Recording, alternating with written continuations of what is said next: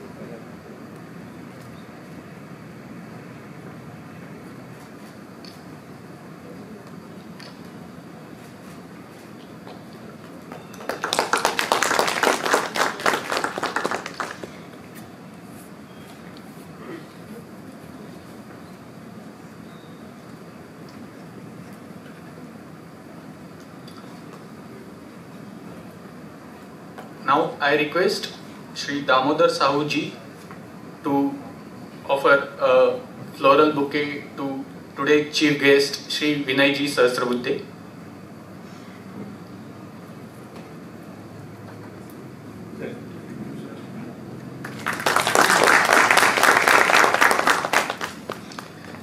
I request Shri Ajit Ranade ji to offer a bouquet of flower to Chairman Shri Damodar Sahu ji.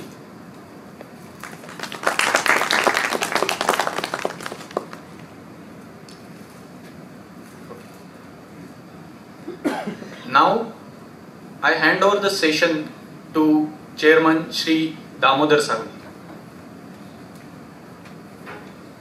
He will start with his brief remarks, Chairman's brief remarks.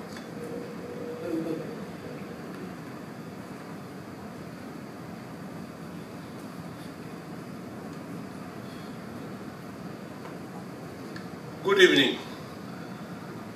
Omkaram bindu samyuktam nityam dhyayam yogina kamadam mukhadam cha omkaraya namaha. Love all serve all. Today is a great day for all of us when our Vice-Chancellor Ajit Ranade and our Secretary Sri M. Deshmukh, Servants of India Society, has arranged this function, organized the 118th Foundation Day of Servants of India Society. I welcome you all. Now, I request our Vice-Chancellor, Professor Ajit Ranade, to introduce our chief guest, Honorable Sahasrabuddhe. Jai Hind.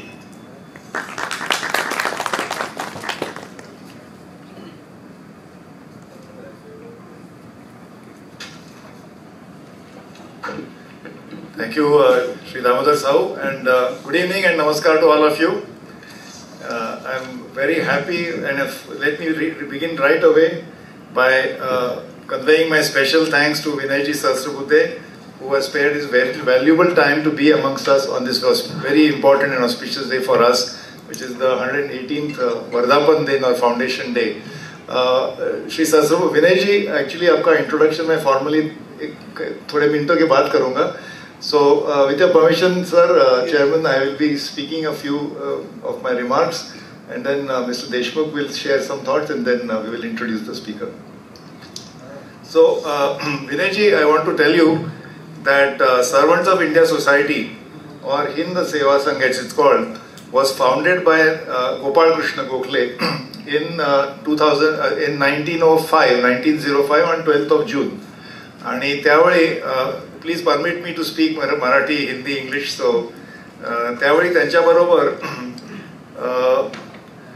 Natesh Appaji Dravid होते, नंतर गोपाळ कृष्ण देवधर होते, सुरेंद्रनाथ बॅनर्जी ज्यांना सरेंडरनाथ बॅनर्जी म्हणायचे, आणि त्यांच्याबरोबर अनंत पटवर्धन पण होती. सो या मंडळींनी एकत्र होऊन with a spirit, and I think that is going to be the topic of your lecture. This was a spirit of national service with a selfless attitude. So I want to mention that Servants of India Society was founded to unite and train Indians in different ethnicities and religions in welfare work. To unite different ethnicities and religions in welfare work. It is said that it was the first secular organization in the country to devote itself to the underprivileged, to rural and tribal people, for emergency relief work, for increase of literacy and other social issues. Now I know the word secular has undergone a lot of change in its meaning and interpretation, but it is considered to be one of the first Indian secular organizations devoted to social and development and human causes. So I cannot resist but mention that this was 1905, पण त्याच्या 10 वर्ष आधी म्हणजे 1895 was the founding of an organization called Ramakrishna Mission, which exists to this day after 125 years. So kadachit that name Ramakrishna Mission and the association of Swami Vivekananda, sometimes we don't refer to it as secular organization, but I believe the work of doing emergency relief and the service of the underprivileged, that inspiration was anyway forthcoming even from earlier times. And therefore Gokhale's founding of this organization is significant. I must say that Mr. Gokhale and particularly the members of SIS, and this is my interpretation, so I may be wrong, but basically they had started moving away from the National Congress Party on various issues, but most importantly on civil disobedience.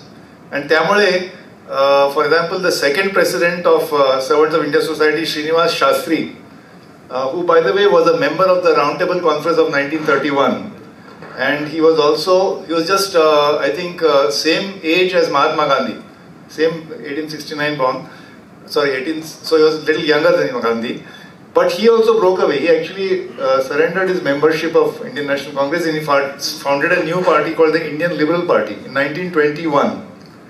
Later on he became Vice-Chancellor of Annamalai University in Chennai. So what I want to say is that there was this emphasis on social work, which was, if I can call it, apolitical. It was very consciously apolitical, perhaps not sectarian or religious, but devoted to humanism, social work, upliftment of the underprivileged. And this philosophy, I think, has guided the Servants of India Society throughout the years. Of course, the history of SIS is also intertwined with the history of India itself, so I won't spend too much time on that. But I must say that in the earlier years, and even now I think, members had to undergo a rigorous 5-year training period, like a probation period. And then they had to serve lifelong on a very modest salary. As I said, that the spirit was always service of underprivileged. Today, activities of SIS, Vinayji, are all over India. Pune, of course, is the headquarters, and there are activities in Orissa, in near Cuttack, or there are some orphanages there. Then in Bajpur in Uttarakhand, in Allahabad, in Kerala, in fact Sonbhadra district of UP, in Tamil Nadu, so various places actually. But I'm somewhat immodestly or proudly I can say the name of Servants of India Society and the name of Gokhale Institute is very closely intertwined. And Gokhale Institute itself is celebrated its 92nd birthday, or the 92 years, just earlier this week on 6th of June. And Gokhale Institute was founded by Sir Rao Bahadur Kale, and the founding director was, as you know, D.R. Gadgwe, Dhananjay Rao Gadgwe. And the history of Gokhale Institute, of course, is well known, and it's, I think, the history of SIS, Servants of India Society, its history of Gokhale Institute is very parallel and intertwined, and of course it continues to be. So I also must say that earlier years when I said that they broke away from the Congress Party, the spirit or the emphasis was on promotion of social and human development to overthrow British rule. So it was not of course averse to overthrowing the British rule, but it was much more on social and human development. and to aim, removal of social evils like untouchability or discrimination, alcoholism, poverty, oppression of women, domestic violence. In fact, the publication of Hitavada newspaper, which continues to this day, was started by Servants of India Society in 1911. It is still published from Nagpur. It has editions in Vidarbha as well as in Chhattisgarh, I think some parts of Madhya Pradesh. And to this day, it is doing. In fact, if I may say, it is the #1 English daily in that part of the country. In fact, the SIS people have been known to be, the word for them is nationalistic missionaries. असं त्यांचं कुठेतरी वर्णन होतं. But anyway, I am very happy that you have come today, and I was just wanted to share some thoughts about SIS. Of course, what happened, and this is again my interpretation, that Mr. Gokhale died in 1915, and he was just 49 years old. He was a professor of mathematics and English, and he taught in Ferguson College right next door for 20 years. And त्याच्यानंतर हे सगळं काम सुरू झालं. But he died too early, and this kind of his real mission or real zeal. When he died, in fact, Mahatma Gandhi, who considers Gokhale to be his guru, his movement from 1920s onward, Lokmanya Tilak passed away in 1920. त्याच्यानंतर काय झालं की the Congress party itself, I think, took on a lot of the social reform agenda. So social reform and social service and selfless nationalistic service was really a core part of SIS. And perhaps one of the reasons is that it kind of became the agenda of Congress party as well. So to some extent it explains why some of that activity was taken up. But I think if you infect a good idea at a national, मोठी राष्ट्रीय चळवळ जर झाली, that's a good thing, not a bad thing. That same idea becomes much larger than the society itself. So again, I welcome you all today, and we look forward to Vinayji's speech. But before that, let me invite Milind Deshmukh to share his thoughts. Thank you.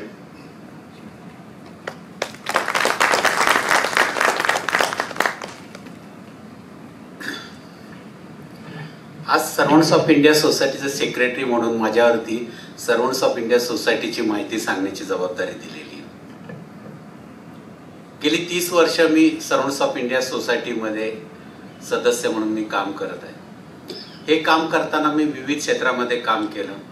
Even though Yerwada central जेलमध्ये सुद्धा मी काम केलं, आणि खालच्या इंदिरा महिला योजना म्हणजे SHG ग्रुपचे फाउंडर मेंबर म्हणून मी काम केलं. शेड्यूल कास्ट शेड्यूल ट्राईबचं गव्हर्नमेंट ऑफ इंडियाचा मी चेअरमन राहिलो. विविध क्षेत्रामध्ये काम करताना सर्वंट्स ऑफ इंडिया सोसायटीनी प्रत्येक क्षेत्रामध्ये काम केलेलं आहे. सर्वंट्स ऑफ इंडिया सोसायटीचं उद्दिष्टच तसं आहे का, सरांनी आत्ताच सांगितलं का नॅशनल मिशनरीज तयार करायच्या, आणि त्या प्रत्येक असणारी ही व्यक्ती ही प्रत्येक क्षेत्रातली तज्ज्ञ होती. सर्वंट्स ऑफ इंडिया सोसायटीचे त्यावेळेस एक मेंबर आमचे लंडनला गेले, आणि त्या ठिकाणी दूध डेअरी कॉपरेटिव्ह मुवमेंटवरती कशा चालत होत्या, त्याच्यानंतर पहिला महाराष्ट्रातला जो अशोक सहकारी कारखाना जो काढला धनंजयराव गाडगे आणि आरजी काकडे यांनी, त्याच्यानंतर पुण्यातल्या ज्या आज 5 नामांकित संस्था आहेत त्यातली एक वानवडीची अपंग शाळा, त्याच्यानंतर दुसरी एक संस्था आहे ती कर्वे समाजसेवा संस्था म्हणजे MSW ची डिग्री देणारं ते एक कॉलेज, त्याच्यानंतर शिवाजीनगरमध्ये रिमांड होम, चौथी संस्था म्हणजे डेव्हिड ससून म्हणजे जे निवारा वृद्धाश्रम आहे आणि महिला कुसुमचंद मोतीचंद महिला सेवाग्राम. या डेव्हिड ससून म्हणजे ह्या ज्या लंडनच्या सोशल वर्कर मॅडम होत्या त्यांनी ससून हॉस्पिटलची स्थापना केली, आणि त्याच मॅडमने आमच्यासोबत ह्या 2 संस्था स्थापन केल्या. त्याच्यानंतर सर्वात मोठी संस्था म्हणजे की जिची कॉन्स्टिट्यूशन घटनेपासून कर्मवीर भाऊराव पाटलांनी रयत शिक्षण संस्थेची घटनाच आपल्या इथे स्थापन केली, आणि ती सुरुवात झाली. आज ती खूप मोठ्या प्रमाणावरती आहे. खालच्या स्तरावरती काम करायचं म्हटलं तर ह्या ज्या बिल्डिंग्स आहेत पुणे शहरातल्या दगडी इमारती, इंजिनिअरिंग कॉलेज, सेंट्रल बिल्डिंग, याच्यासाठी आमच्या लोकांनी बेळगाववरनं काही वडारी समाजाला आणलं, आणि डोंगराच्या पलीकडे तुम्ही 2 घरामध्ये राहायचं असं सांगितलं. आज त्याचं गोखले नगर ही रूपांतर झालेलं आहे, आणि त्या समाजासाठी काहीतरी काम करायचं म्हणून कॉपरेटिव्ह मुवमेंटमधनं येरवड्याला वडार सोसायटी का जिचा आज कॉर्पसच 25 ते 30 कोटी रुपये, आणि त्या समाजासाठी त्याच्यातनं फंड्स उपलब्ध करून जात.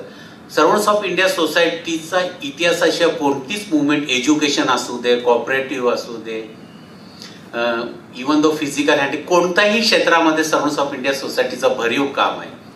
आपल्यास माहिती असेल, आपण सगळे पोस्ट ग्रॅज्युएशन डॉक्टरेट आहात. त्या पुणे आपलं UGC कमिटीचे पहिले चेअरमन आपले सर्वंट्स ऑफ इंडियाचे अध्यक्ष होते पंडित हृदयनाथ कुंजरू. प्रत्येक क्षेत्रामध्ये NDAच्या स्थापनेमध्ये सुद्धा आपलाच हात आहे पुण्यातल्या. आणि एक थोडंसं मला एक सांगावंसं असं वाटतं का लोकमान्य टिळक आणि गोपाल कृष्ण गोखले. गोपाल कृष्ण गोखले हे मवाळ प्रवृत्तीचे, अभ्यासू प्रवृत्तीचे होते. त्याच्या विरोधाभास म्हणजे टिळक होते. दोघांच्या गावामधलं अंतर सुद्धा एक 3 ते 4 किलोमीटरचं. गोखले साहेब त्यांना मोठे भाऊ समजायचे. एक दिवस गोखलेंच्या बद्दल टिळकांनी बोलताना चौकामध्ये बोलले की हा ब्रिटिश धार्जिण्या आहे, आपल्यासाठी काही करत नाही. गोखलेंनी प्रतिक्रिया दिली त्याच्यावरती, अरे माझ्या भावा मोठ्या, हा भारत देश चालवणं सोपं आहे का? आधी पहिल्यांदा तुम्ही त्यांच्याकडनं शिकून घ्या की भारत देश कसा चालवायचा आहे. हे वाक्य त्यांचं होतं. आणि आज त्याची आपल्याला प्रचिती दिसते का आपण भारत देश चालवू शकत नाही, किंवा कोणाची कितीतरी प्रकारच्या वेगवेगळ्या भूमिका आज हे झाल्या. म्हणजे गोखले समजणं आज आमच्या सर्वंट्स ऑफ इंडिया सोसायटीमध्ये सगळे आत्तापर्यंत 100 वर्षामध्ये सगळे म्हणतात का गोखले ह्या देशात होणे नाही आणि होणारही नाही. त्यांचे थॉट्स वगैरे म्हणजे एक वेगळे विचार प्रवृत्तीचे होते. आज सगळ्यात महत्त्वाचं म्हणजे सहस्रबुद्धे साहेबांना मला सांगायचं आहे की आम्ही सगळे आज खुश आहोत, कारण आमच्याकडे डॉक्टर अजित रानडे साहेब आज व्हाईस चान्सलर म्हणून आले. मला 100% खात्री आहे की रानडे साहेबांच्यामुळे ही सर्वंट्स ऑफ इंडिया सोसायटी आणि गोखले अर्थशास्त्र संस्था या नजदीकच्या काळामध्ये कुठे जाऊन राहील याचा मला पूर्ण विश्वास आहे. सहस्रबुद्धे साहेब आमचा पूर्ण रानडे साहेबांना पूर्ण सहकार्य सपोर्ट राहील आणि आपलाही असू देत देशामध्ये. बस एवढीच मी एक विनंती करतो.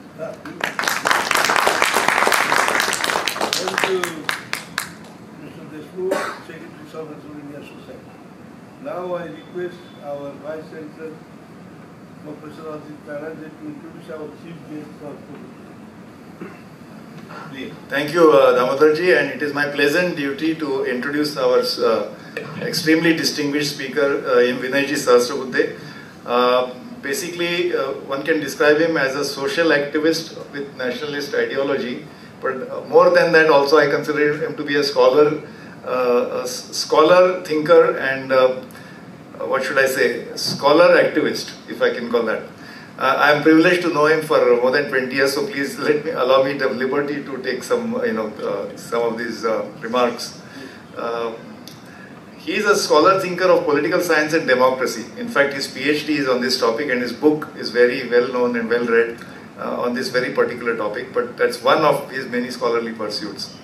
He was, I would like to mention some of these things. There's a long list of achievements. For a very long time, almost 2 decades, I think, he was the founding Director General of the Prabodhini in Mumbai,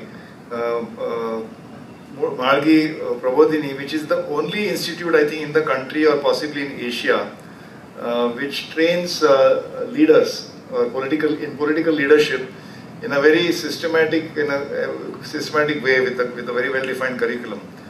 So this Prabodhini still exists. He's still the vice chairman of that, Rambabu Margi Prabodhini, and that I think he almost gave a big chunk of his life towards building that from scratch. Presently, of course, as you know, he's a member of the Rajya Sabha since 2016, and he is also the president of the Indian Council for Cultural Relations, a government of India body that promotes Indian culture on global contours. Since 2020, for the last 2 years, he's also been the chairman of the Parliamentary Standing Committee on Education, Women and Children, Youth and Sports.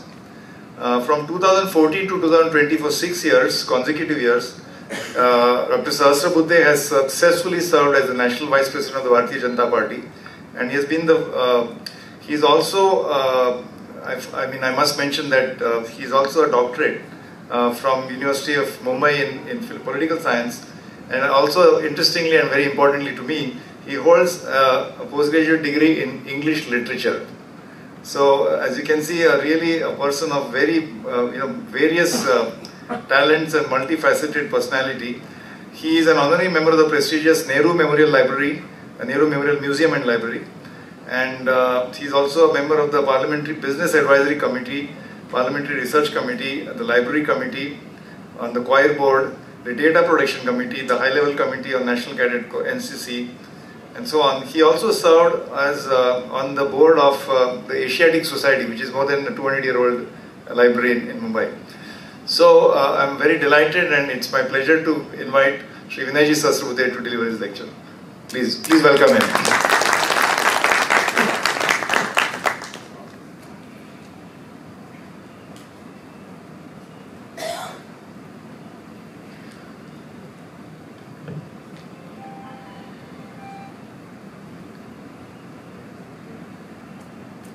Pune शहरातल्या अतिशय ऐतिहासिक महत्त्वाच्या अशा servants of India society किंवा हिंद सेवक संघाचे अध्यक्ष वयोवृद्ध आणि ज्येष्ठ श्री दामोदरजी साहू, गोखले अर्थ आणि राज्यशास्त्र संस्थेचे कुलगुरू ज्येष्ठ अर्थतज्ञ डॉक्टर अजित रानडे, शिव देशमुख जे सर्वंट्स ऑफ इंडिया सोसायटीचं काम समर्थपणे पाहत आहेत, समोर बसलेले आपण सर्व मान्यवर बंधू आणि भगिनींनो, मला जाणीव आहे की साधारणपणे मी इंग्रजीत बोलावं असं मला सांगितलेलं आहे, पण पुण्यामध्ये बोलताना, महाराष्ट्रात बोलताना मराठीतून सुरुवात करणे तितकंच अगत्याचं आणि औचित्याचं आहे.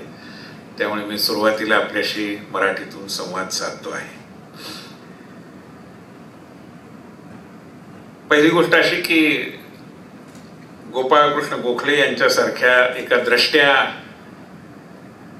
नेत्यांनी उभ्या केलेल्या या संस्थेमध्ये वर्धापन दिनाच्या दिवशी आपल्या समोर बोलण्याची संधी मिळणं हा मी माझा स्वतःचा एक बहुमान समजतो, आणि तो बहुमान मला दिल्याबद्दल मी दामोदरजी साहू, त्याचबरोबर संस्थेचे पदाधिकारी आणि मुख्य म्हणजे कुलगुरू डॉक्टर रानडे यांचे अतिशय मनापासून आभार मानतो. When we speak about Gopal Krishna Gokhale, number of things very naturally come to our minds, but more importantly, the kind of visionary he was.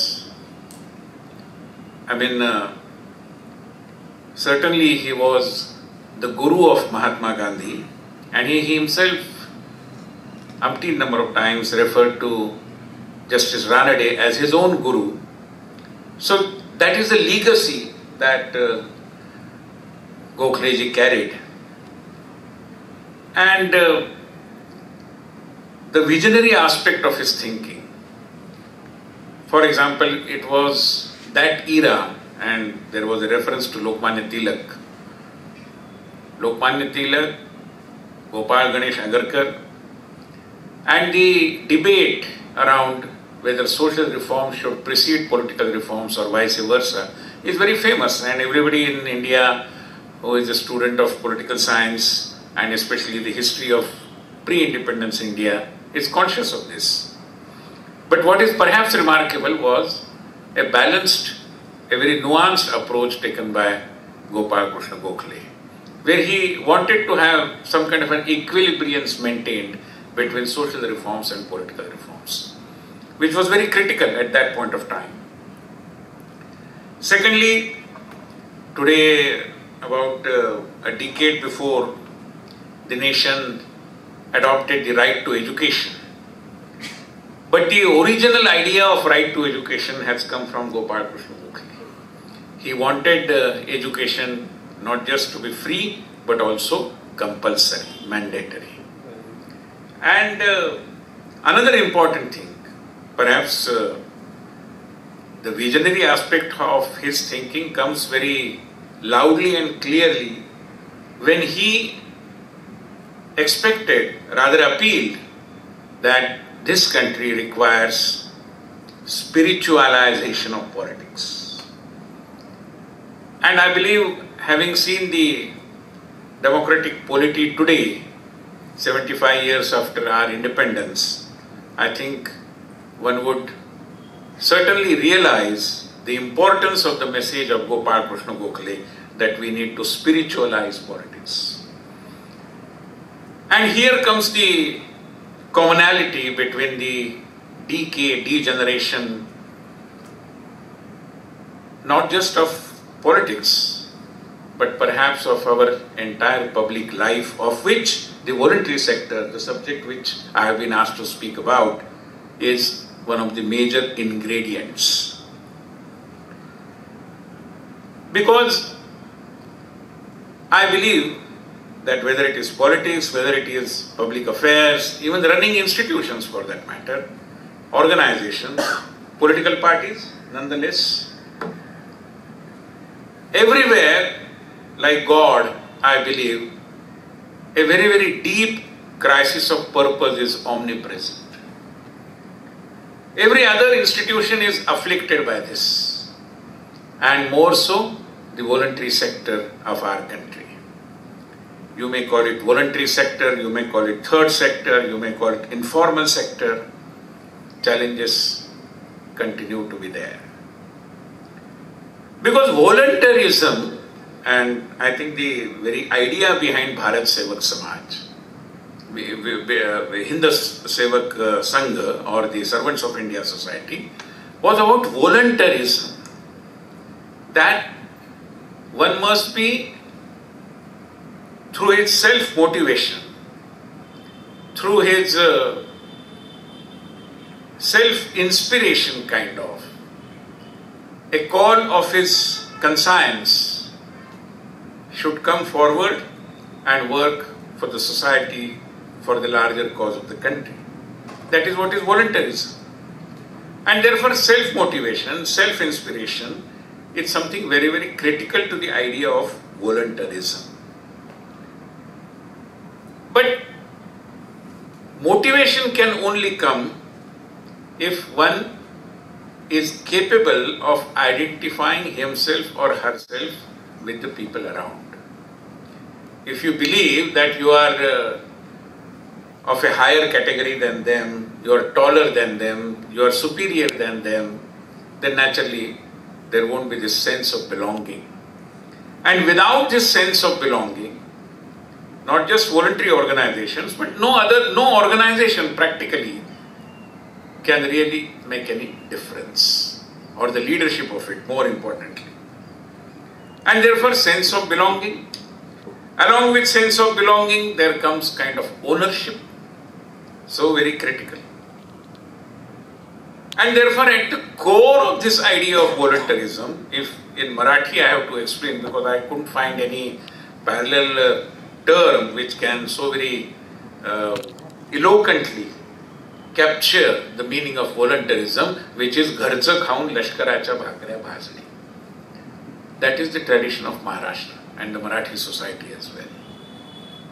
And if you just scan through the pages of history of the previous century, you will find most organizations were motivated by the spirit of घरचं खाऊन लष्कराच्या भाकऱ्या भाजणे.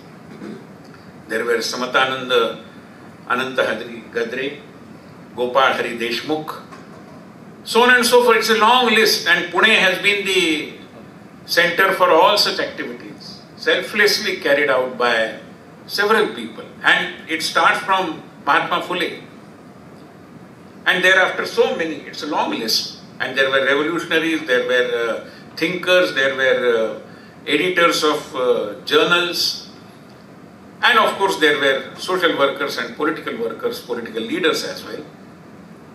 The commonality between all of them was this selfless attitude and a desire to bring about some change, and the inspiration for all of them came from within.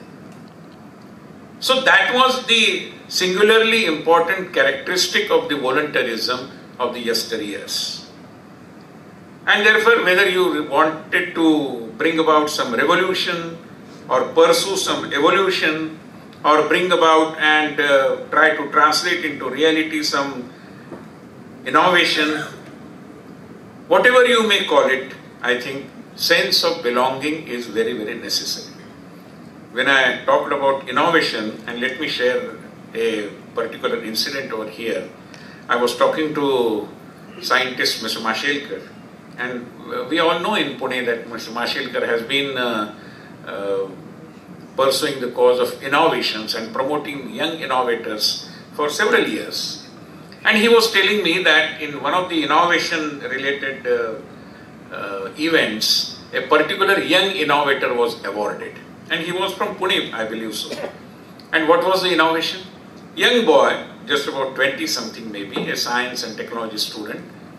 He came out with a very innovative approach for blood test, especially to assess the percentage of hemoglobin. And we know in our country many otherwise well-to-do families also have women where the hemoglobin percentage is not up to the mark. And therefore they naturally become prey to several illnesses, several kinds of diseases as well. So this is very critical, the blood test to assess the percentage of hemoglobin. But then if you want to undergo a blood test, at least some part of your blood requires to be taken out, so therefore there is some pricking and then the blood comes out and then the laboratory examines it and all those processes everybody knows. But nobody, and especially in the rural area, rural women want to undergo that process, and therefore pricking and taking out blood, it's something people are scared of, more so our rural women. And therefore he decided that let us find out something by way of which you don't require to prick. So he invented some kind of a sensor-based tape, like a gum plast kind of thing, which like a bandage you put it around your finger, and there are sensors attached to that. So those sensors work and they tell you what is the percentage of hemoglobin. So he came out with that and he was awarded. I think Banu Koyaji, noted industrialist, was there at the award distribution function. And when that lad came to take his award, very courageously he suggested, "Ma'am, please give me your finger first." So she gave, and he put that tape around her finger and told her, "It's just 12.5, take care, ma'am." This is the innovation. Now that young boy who wanted to aspire a career like a technocrat decided to work on this particular problem, which people may find it's a small problem. It is not a small problem. And he was motivated, I believe. There may be many reasons, but one of the principal reasons was his sense of belonging. So this is something very, very critical for any kind of voluntarism. This sense of belonging is very fundamental. It is very foundational. And therefore, when I talk about sense of belonging, naturally the issue of identification also comes to the fore. Because you cannot today, for example, the condition of our schools in rural areas, there may be n number of reasons for they not being run in an ideal way. But one of the reasons is that most school teachers who are working in village schools do not stay in that village. They stay in some nearby tehsil place.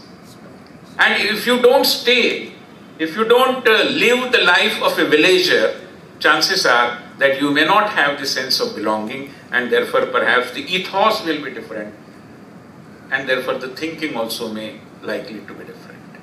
This happens with the health workers who are in the primary health sectors as well. They don't stay in the village. Now, can we make it mandatory? I doubt. But yes, this is one of the reasons. And therefore, sense of belonging requires your identification with the people around you. I don't want to politicize this discourse, but simply to make my point further clear, how identification is important. Let me give this example. We know in 90s, the nation witnessed a movement for the construction of Ram temple, and that at that point of time, the slogan was "Garv se kaho hum Hindu hain." We know all that. There may be differences of opinion, but yes, the slogan was around there. So there used to be, in good old days, even the readers' mail column in newspapers, in Marathi newspapers also, was conducted in a very objective manner.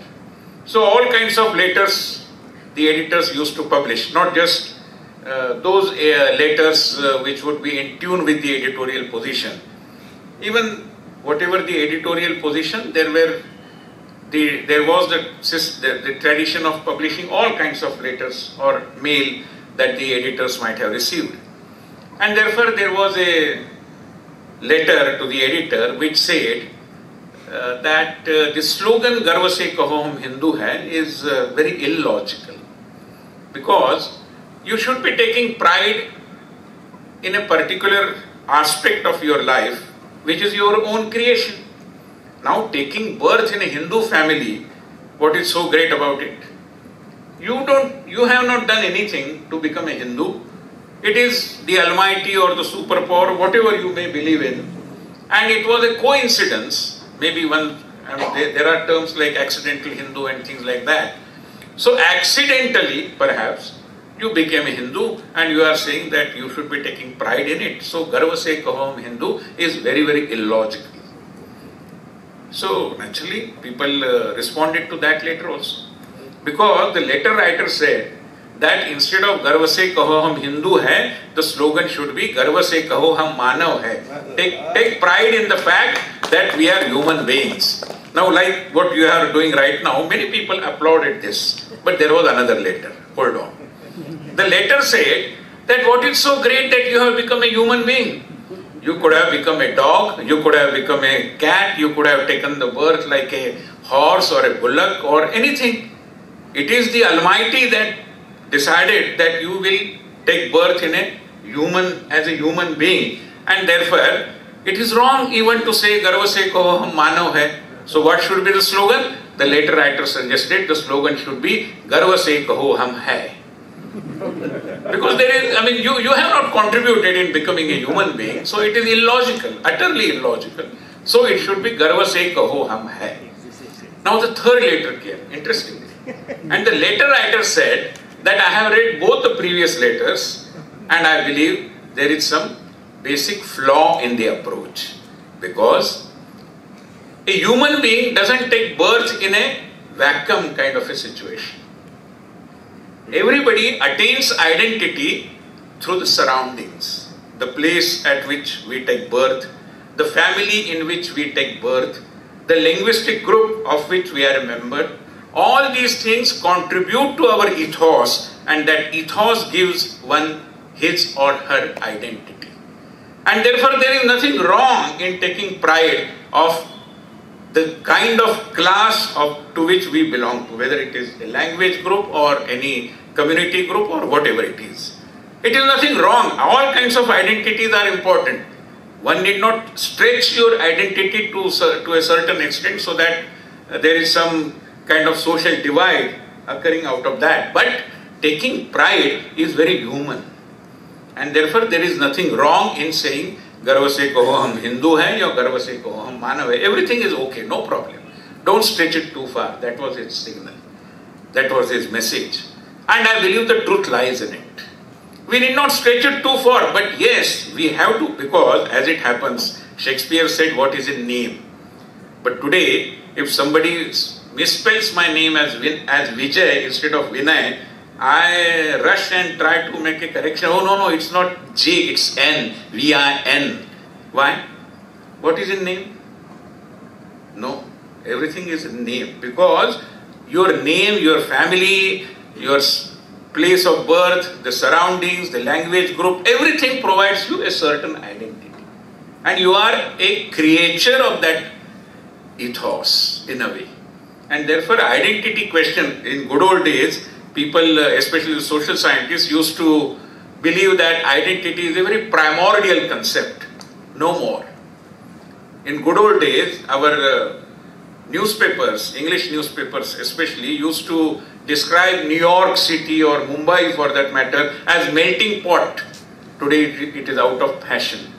Today they say that melting pot is not the right description because our identities do not get melted in a artificial construct like a New Yorker or a Mumbaiker or anything of that kind. We retain our identity and still become a part of a larger identity. Therefore, the symbolism of a melting pot is now a thing of the past. Today say we are in a salad bowl. And perhaps that is the right approach. So the point I am trying to make is that identities are important, they provide you and they strengthen the sense of belonging, which is an important ingredient insofar as the motivation is concerned.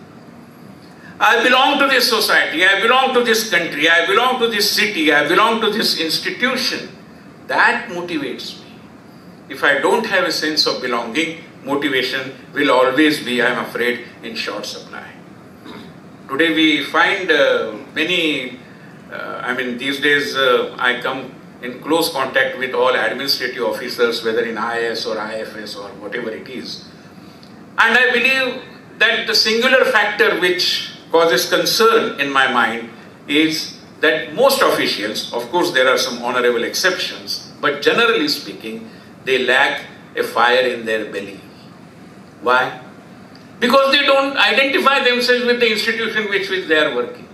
The kind of governance structure is such that within a span of just 3 years or 5 years, they are likely to be transferred.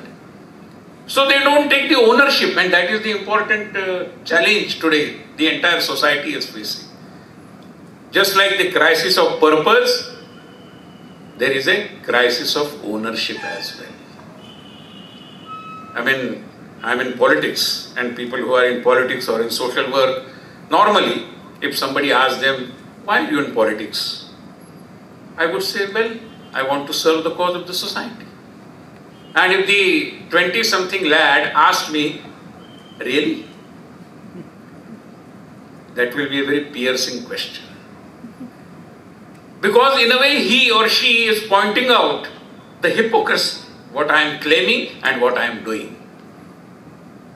And therefore, crisis of purpose is omnipresent. People who teach in colleges, if you ask them, why are you teaching? They would say, spreading the light of knowledge. Again, really? And this is a question like mirror, perhaps, which will help us to introspect, look within. But then, the crisis of purpose remains. Because why exactly are we doing what we are doing?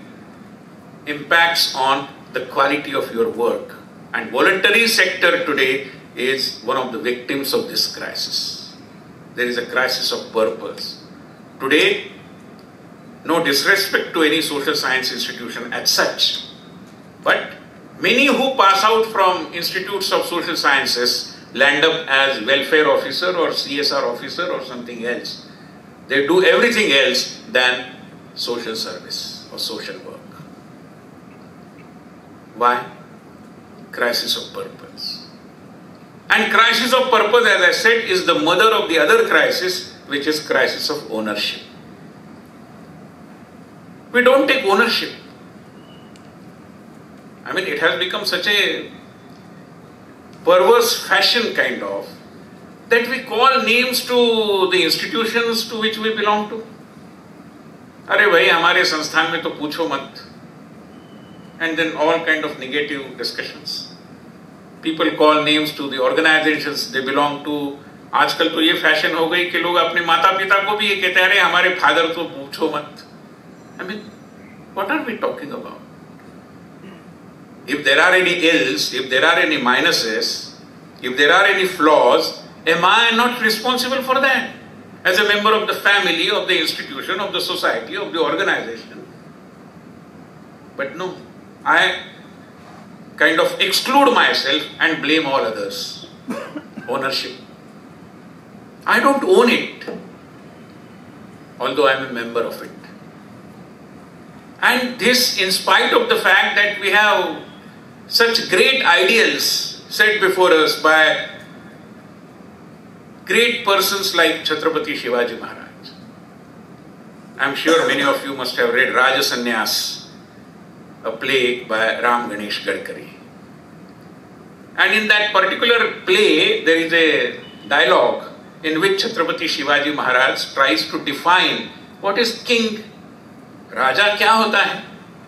And Shivaji Maharaj says, Raja Vishwa ka upabhog shunya swami hota hai. Upabhog shunya swami. I mean, to capture the meaning, the depth of it is also not very easy. Today we have Swamitva Shunya Upabhoktas all around, and there is no Upabhoga Shunya Swami. Swamitva, ownership, no. Certainly, it has its impact on the voluntary sector as well. Just like corporate sector, people hop from one voluntary organization to the other. Which is why even today, running an NGO, if somebody tells some friend that, oh, he has started a new voluntary organization, and basically even the voluntary organization is a term which rarely anybody uses these days. People call it NGO, NGO. और अगर आप Google में जाके NGO type करोगे तो क्या आता है पता है? Ego, ईजीओ. So this NGOism, I think, requires a huge amount of reforms. And therefore, when there is a crisis of ownership, everything becomes very spurious, very superficial. And that leads us to the discussion of the third most important crisis, which is the crisis of authenticity. In Western countries and now in India as well, it has become a fashion. In Delhi, for example, कोई भी मिलता है तो लोग पूछते हैं, अरे वाह विनय जी कैसे हो?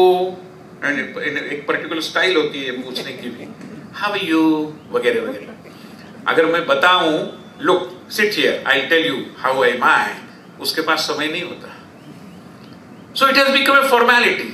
How are you पूछने की. हम किसी दूसरे के कैसे उसका व्यवहार चल रहा है इसमें वाकई में इंटरेस्टेड होते हैं, ऐसा नहीं होता. But it's a fashion. ये पूछना पड़ता है, फॉर्मेलिटी है, कैसे है. So everything becomes very spurious and we continue to be very unconscious about it. We don't know that this artificiality, this sense of contrivedness kind of, is now so very all around our day-to-day life that everything sounds very, very unauthentic. लोग बोलते हैं ना, वो बोल तो रहा है मगर पता नहीं. Why? In these days, especially in several functions, people try to make their presence felt. जाना पड़ता है. उसके लिए एक नया शब्द आया है, मैं जरा मुंह दिखा के आता हूं. मतलब जाने की इच्छा नहीं है, बट फेस शोइंग, ऑथेंटिसिटी, इच्छा नहीं है. So this is the crisis of authenticity. And last but not the least, and again it's a chain of crisis, I believe so as a student of social science, that every other crisis is leading to a different crisis, and you put any crisis first, the second will follow. It is the crisis of relationship. And it is well within the four walls of our houses as well. We don't relate with each other, whether blood relations or other relations. But that relationship is perhaps weakening because there is no sharing. I mean, I don't want to criticize the young generation, absolutely not. But I really fail to understand that when you put all those earbuds in your ears and try to listen to some good music, while it is okay because everybody now wants a private space, quote unquote, and individualism is taken to a particular level where nobody disturbs you and you also don't disturb others, so very well. But then, are we not missing the joy of sharing something? I mean, listening to good music in company of several others who are equally interested in listening to good music has a different charm altogether.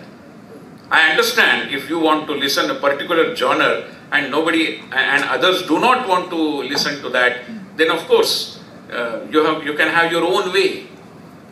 But should it be always my way or highway? Should it not be some kind of accommodation? थोड़ा सा अभी ये सुनते हैं, बाद में आपको जो चाहिए वो सुनेंगे। थोड़ा सा गिव एंड टेक नहीं हो सकता? Is it that difficult that we have to stretch this individualism to this extent that we forget the joy of sharing? And even in a society like ours, where everything is around the culture of sharing, and we are taking the path of Western societies where individualism is impacting slowly but certainly. I mean, rarely we realize that ours is a society where this balance between individualism and collectivism. Incidentally, Ranade sir, when I wrote my thesis, I used the term collectivism. And there were some of the people whom I used to consult. They asked me, why are you using this term collectivism? I said, why? What is wrong in it? They said, no, I mean, this term is not considered to be politically correct. But I said, I want it to be academically correct. Because collectivism is important, it's a mainstay. Individualism, of course, no quarrel with individualism. But individualism and collectivism both are required for a healthy society.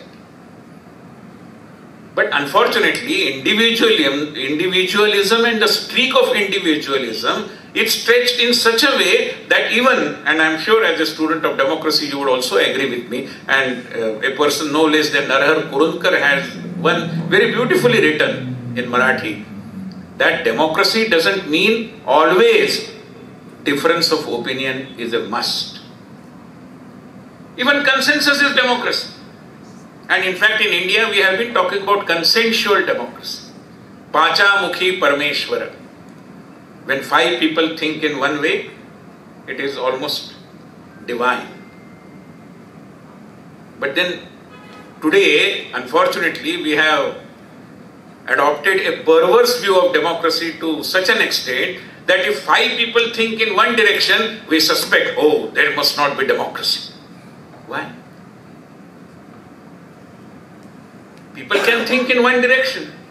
We can create that climate where people will think in one direction. There is nothing wrong about it. Of course, we celebrate differences of opinion, no problem. But that doesn't mean that consensus is an animal which doesn't know democracy. Something very, very erroneous and flawed. And therefore, in a situation like this, where in our country, especially in our society, every individual relation has a particular identity. We don't have just uncles and aunts. We have Atya, Maushi. We don't have just uncles. We have Kaka, Mama. We don't have just cousins. We have Mame Bhau, Ate Bhau. So we celebrate every relationship and the individuality that goes with it. But then they are all members of one single family. So we appreciate the importance of collectivism as well. Unfortunately, all these crises, the crisis of purpose, crisis of authenticity, crisis of ownership, and crisis of relationship are adversely impacting the voluntary sector, not just in India, but world over, I am afraid. But world over, I am not very worried, because the kind of legacy of voluntarism that is there in India, perhaps globally, it is not so very strong traditionally and historically in every other society. And therefore, the cause of concern about India is perhaps graver. Now, what is the solution? I believe that like several other sectors, including the media for that matter, voluntary sector also will have to come out of the lure of political correctness and pseudo-progressivism. Because the ethos of India, the social structure in India, the relationships in India, the sense of purpose with which we lead our individual life and our social life as well, calls for revisiting our traditions as well. And these are such traditions, such glorious traditions as led by persons no less than Gopal Krishna Gokhale and Justice Ranade and several others. So this is one thing. Secondly, there has to be somebody in a voluntary organization who also has that moral authority. Today that is also becoming in short supply. It's seen in short supply. When you have somebody, and moral authority is an authority which you have to use, and if you don't use, you lose. But today we don't find such people who will ensure that things are carried out with some moral quotient, with some ethics, with some do's and don'ts. Thirdly, there is some kind of a very worrisome utilitarian approach in the voluntary sector today. I think we cannot build great organizations with a ultra-utilitarian approach. Of course, organizations are not shelters for worthless people, I know. But our culture tells us that everybody is important and nobody is indispensable. Everybody is important, and in an organization, especially when you run institutions, everybody should be looked at as somebody who is capable of contributing, and therefore everybody is important, although nobody is indispensable. Lastly, we also have to believe that we can change people. One of my teachers used to tell me that every metal has a melting point. So every individual we can transform, you can bring in some changes in him or her. But you have to ensure that the requisite amount of affection is felt by him.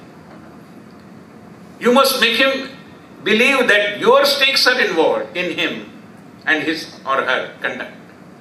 And then only you can make people behave in a particular manner in the interest of the organization. Today, all these things are not practiced. That is, of course, a matter of worry. But sadly, Ranade sir, not even discussed. Because in our management institutions, in our very reputed business schools, I am afraid, we don't teach science of organization. We don't teach science of institution building. It is not for no reason that Servants of India Society had survived 118 years.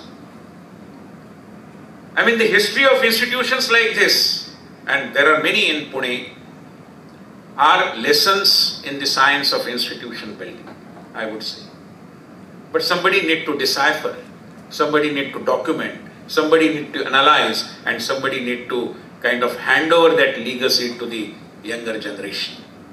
Then only we can talk about institutions. Today I am afraid I had the chance of working on the Management Council of the University of Mumbai, and we used to tell, all honorable people certainly, but unfortunately universities with huge towers run by Lilliputians. That is the sorry state of affairs today in many government universities, sadly.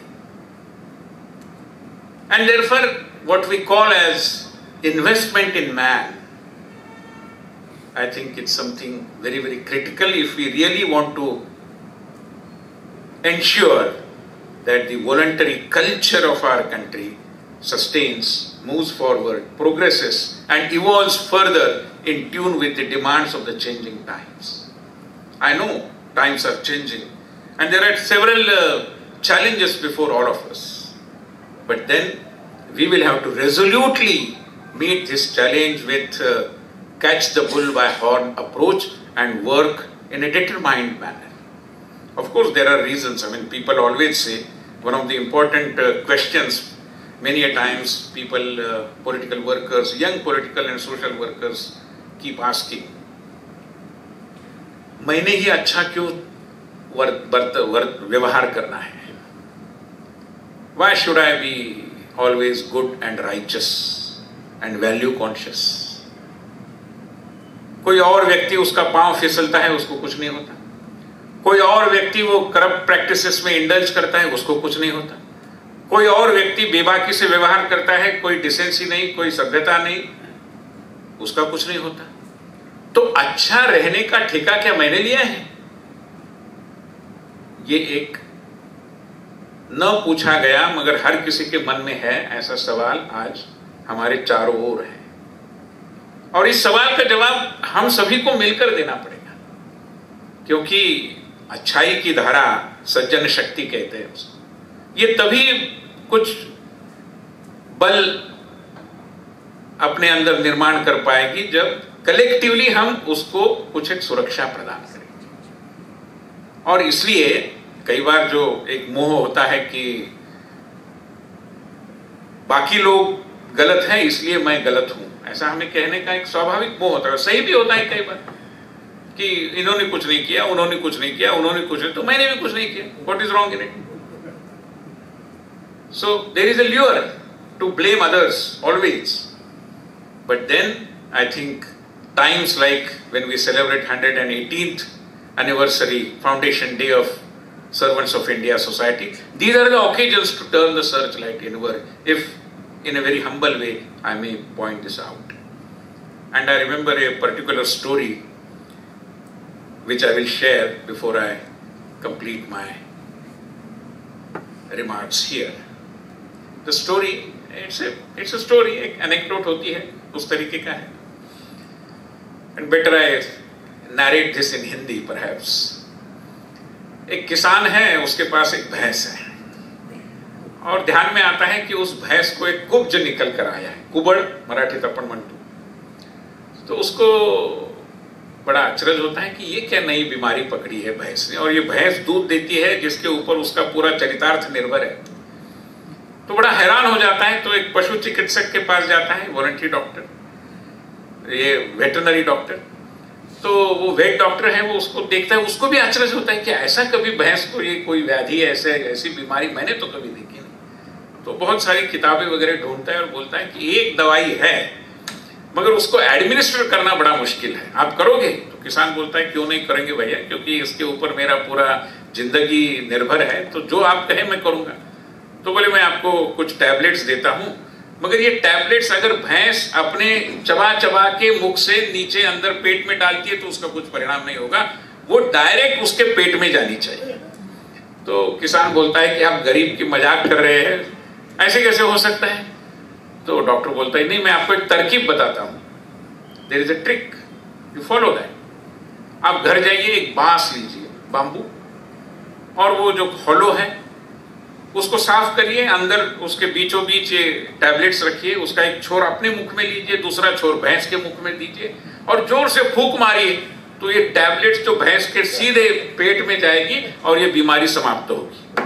किसान को लगता है चलो कुछ तो मिला, बाकी सब लोगों ने कहा कि इस पर कोई दवाई नहीं, मुझे दवाई तो मिली। वो प्रसन्न होकर घर आता है, 8 दिन बाद पुनः जाता है। वो पशु चिकित्सक देखता है कि किसान आया, उसको लगता है कि चलो अच्छा हुआ, फीस देने आया होगा। देखता है भैंस साथ में नहीं है और किसान ही है। तो किसान आता है, निकट आने के बाद पशु चिकित्सक को पता चलता है कि इसी को कुब्ज निकल कर आया है। तो ये पूछता है ये क्या हो गया? किसान कहता है कि भाई साहब क्या बताऊं डॉक्टर महोदय, मैंने वो सब किया, मगर इसके पहले कि मैं फूंक मारूं, भैंस ने ऐसी जोरदार फूंक मारी कि वो टैबलेट्स मेरे पेट में गई, और उसका कुब्ज दूर होना तो बात और रह गई, मुझे ये नई बीमारी ने पकड़ लिया। तो सवाल ये है कि किसमें कितना है दम।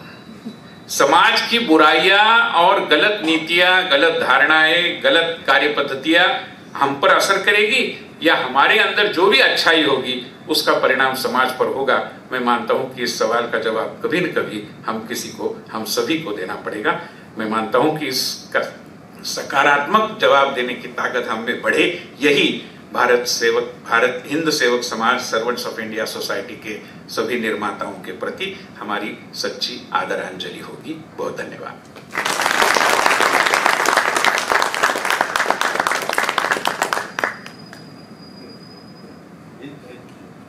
Thank you, sir, for your eloquent speech and dissecting the voluntary sector challenges faced by the voluntarism in India, and also giving solutions for it. Now I invite Chairman Shri Damodarji Sahu to guide us with his words. Thank you.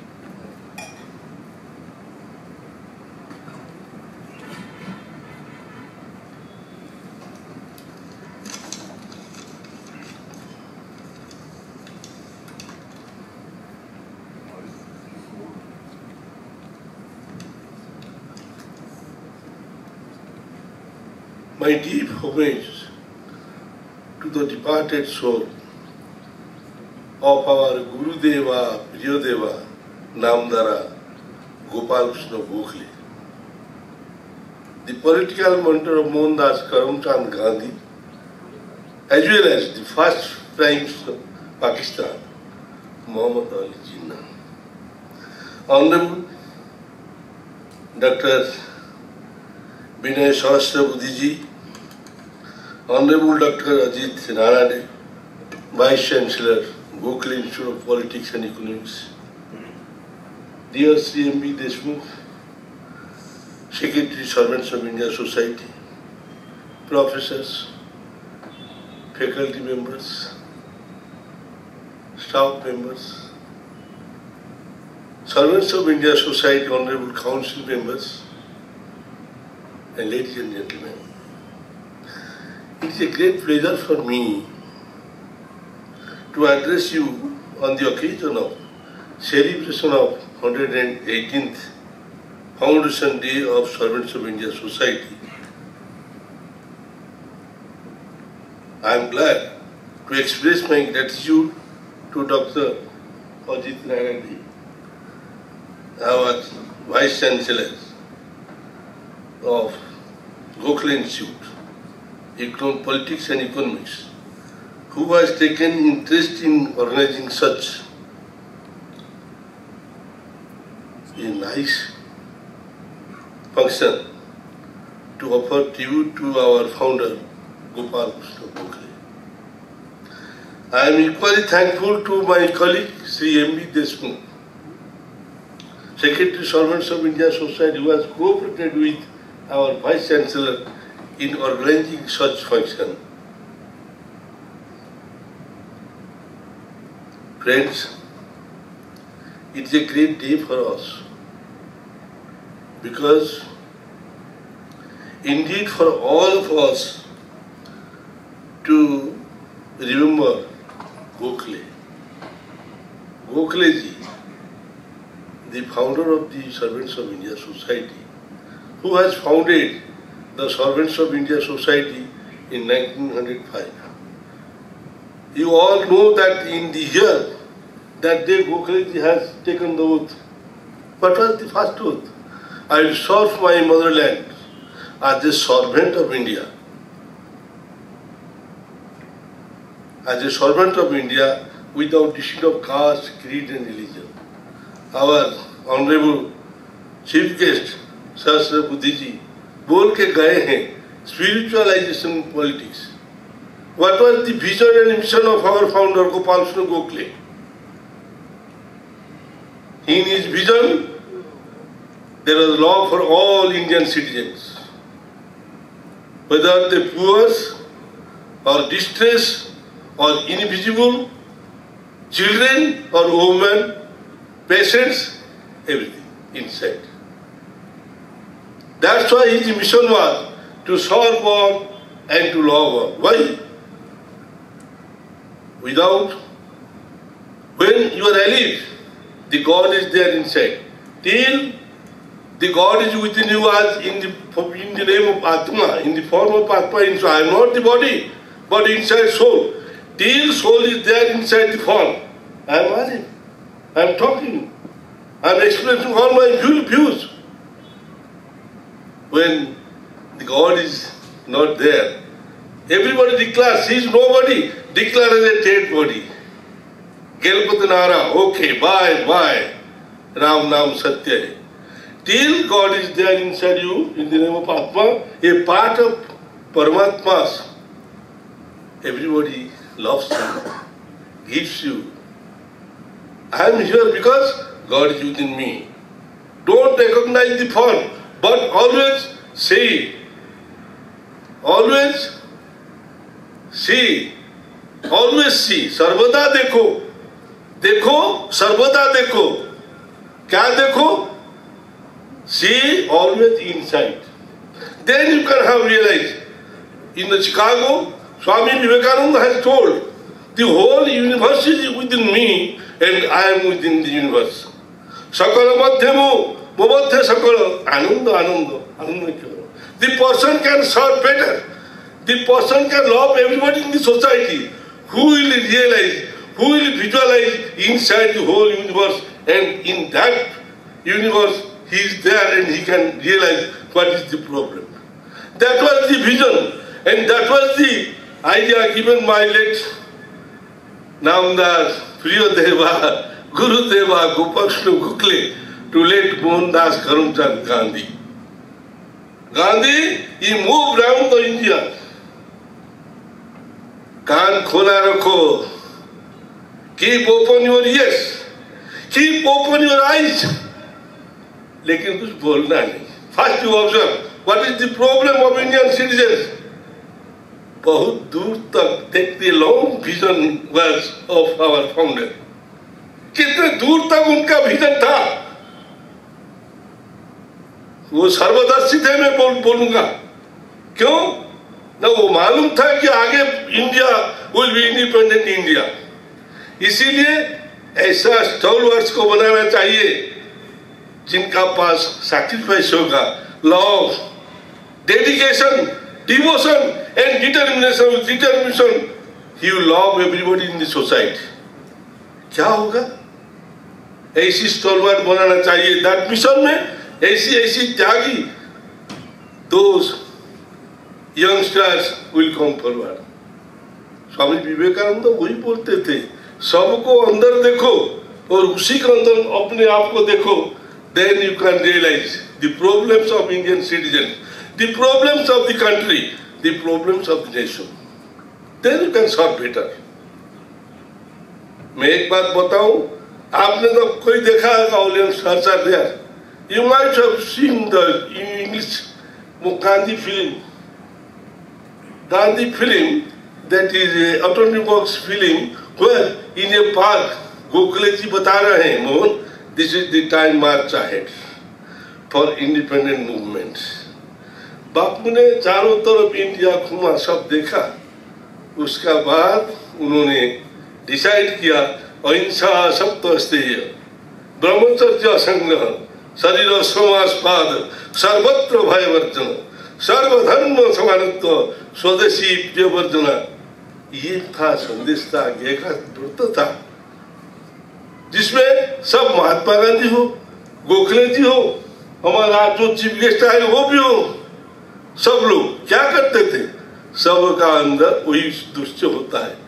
I am not the body. Don't visualise the body.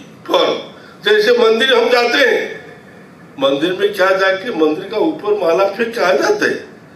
No, inside जाते हैं. जो मूर्ति है उसी पर पूजा चढ़ाते हैं, माला देते हैं, फिर हम आते हैं. इसीलिए सबको प्रेम करना with A love of heart. जब आप सर्विस देंगे देन यू कैन रियलाइज. मैं क्यों ऐसा बोलता हूँ? रानाडे साहब, सहस्त्रबुद्धे जी, when I joined in the 1970, I have joined the society as a social worker. Before that, I was working in a department, project department, government of India. I resigned and joined the society as a social worker. And what I started my work in undivided Koraput district, thickly populated tribals, different tribes. I have started there.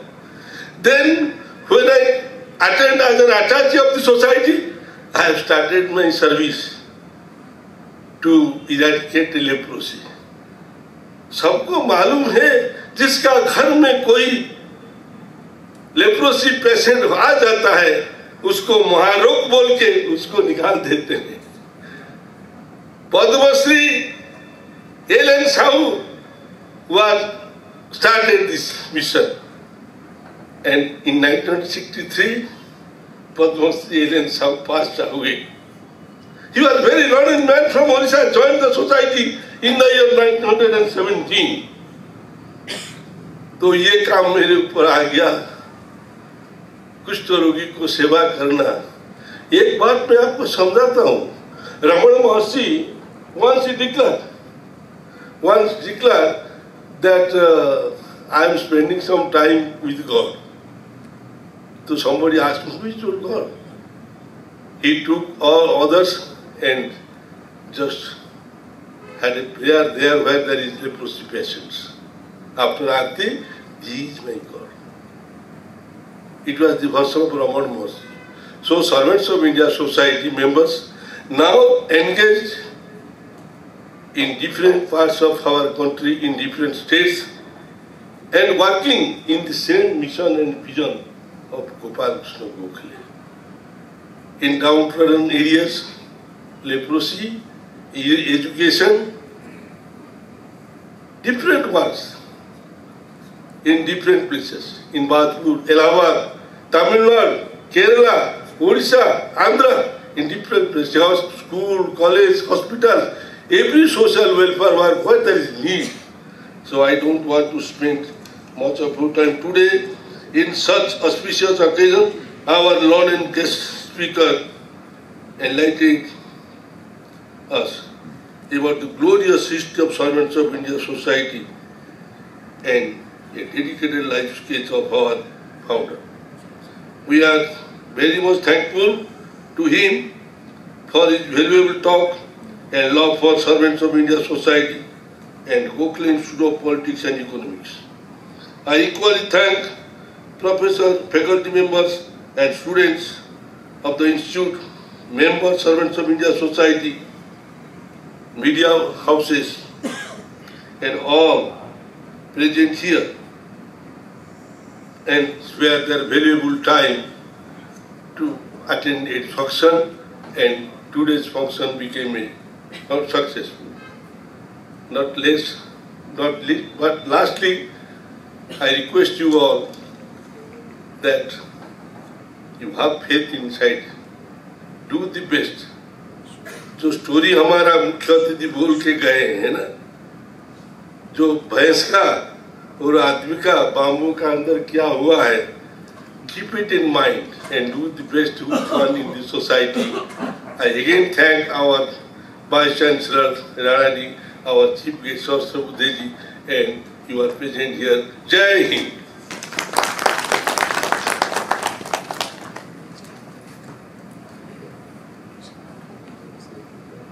Thank you, sir. Now I invite Vice-Chancellor Dr. Ajit Ranade to quickly give a vote of thanks. I will take only 1 minute. In fact, Damodar जी आपने तो सभी को thank you किया है, और वैसे भी ये आज का function, today's function is on behalf of both Servants of India Society and Gokhale Institute. So I will not repeat all this, but I would like to thank first of all very, very sincerely and from the bottom of my heart Sri Vinay Sahasrabuddhe, who readily agreed to come and deliver such an outstanding speech today. Not only he identified the 4 crises, but he also gave a direction towards solutions. And I hope you saw a small glimpse of his scholarship. So Vinay, I hope you will continue to associate with our institute, and we will invite you and we will interact with you. So thank you for being with us. Thanks to of course, the Servants of India Society Council members led by Mr. Damodar Sahu and Secretary Mr. Deshmukh, and of course everybody is here. Thank you for being here. Thank you to my fellow faculty members who are here, the non-teaching staff and the students who are here. Special thanks to the behind the scenes, this kind of a function needs a lot of administrative support. So our administrative staff, especially led by our Office Superintendent Mr. Ramakrishna and others, Mr. Vilas Mankar, Mr. Shardul. So I hope I'm not missing out some of the names, but thanks also to the members of the media who are here, and thanks to all of you for being here present. So once again, thank you, and as Damodar ji said, Jai Hind. Thank you.